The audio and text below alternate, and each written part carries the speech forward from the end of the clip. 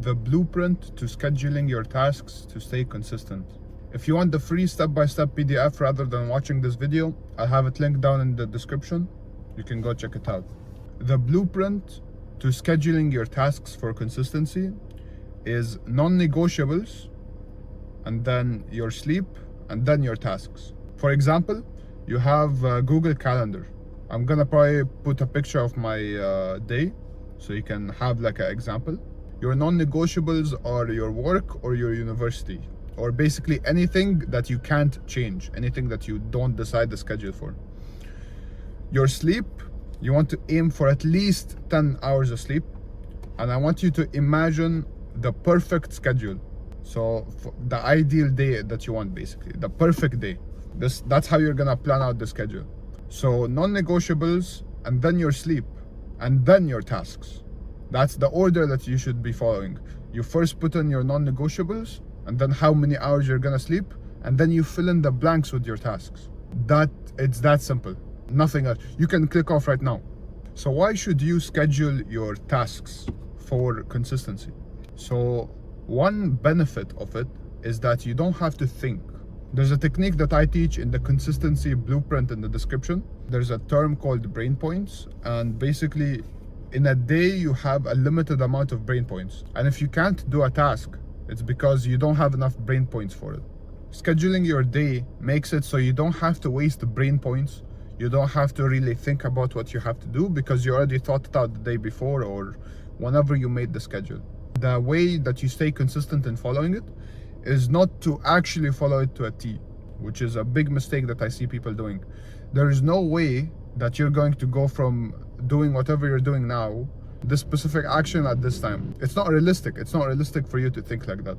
A more realistic approach is to develop the habit of checking your phone, specifically your calendar, so that you can see what tasks you have. So for example, at 4 p.m. I have to work out.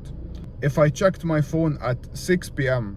and I saw that I missed my workout at 4 p.m., I'm gonna do it now. It's fine. Like, that's fine. Workout, I have to work out anyway. But it gives me it basically tells me that, oh, around 4 p.m. I should actually be working out rather than doing whatever I was doing, wasting time or doing other tasks until 6 p.m. Because you can shuffle everything around. It's just on an ideal day, what do you want to do at this time? This helps you stay organized, helps you use less brain points, helps you basically clear up your mind so you don't have to think about anything else, just the task you have right now. So to actually follow it, you first have to check it. You have to check your phone, you have to check your Google Calendar, oh, I have to do this now. After you do it, maybe you have to go on a run, and like going on a run is at 4 p.m. and it's 3:30 right now.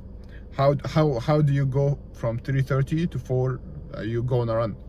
Well, you have to get ready. You have to get ready for it. Unless you have like for example, if you have work from 3 to 4 and then you have to go on a sprint from 4 to 5, you have to think about the transition you're gonna do, and it's usually gonna be in the last 5 to 10 minutes where you start putting on your shoes, you start putting on maybe your running clothes, and then you go out, and then like you have to realize that you're not going to be at the same frequency. That's why you want to either make it as smooth of a transition as possible. For example, you go from meditating to work, and then stretching, and then run. You get me? You have to place transition periods between every block. For example, meditation and work, you can meditate and then go to work. That's fine. It's in the same you're not really going. You're not going on a sprint. You're not going on a run. But I'm talking about those drastic changes. Like, for example, I have work at 4 and I have to go to the gym at 5. That means from 4 to 5, there's a whole block that I can dedicate for that transition. You know, for example, you just finished 3 hours of work. You're pretty hungry, you know. Maybe you go eat, stretch, and then you're ready for the gym. You get me? You're ready. You have the energy for the gym. And I want to emphasize something. I don't want you to feel bad if you miss something. That's normal. It's normal for you to miss something. But I do want you to feel bad if you don't check your calendar. That's when you should feel bad, because then you're going back to being unorganized. If you check your calendar and you saw that you missed something, that's fine. But if you don't check your calendar for the entire day and then you realize the next day, oh, I didn't check my calendar, I want you to feel bad about that, not about you checking your calendar and then missing the time. And I want you to have another rule, that it's just an ideal day. That's basically the perfect day.